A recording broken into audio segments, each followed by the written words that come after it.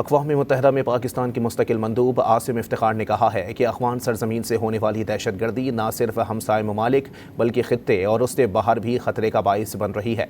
ख़ित्ते और आलमी अमन व सलामती को ख़तरे में डाला जा रहा है। उन्होंने कहा कि पाकिस्तान ने 40 साल तक लाखों अफ़गान महाजरीन को पनाह दी, अब दुनिया को भी ये बोझ बांटना होगा। अफ़गानिस्तान दहशत गर्दों और प्रॉक्सीज़ की आमाजगाह बन चुका है। यह हकीकत आलमी तौर पर तस्लीम की जा चुकी है कि वो सलामती कौंसल इजलास से खिताब कर रहे थे।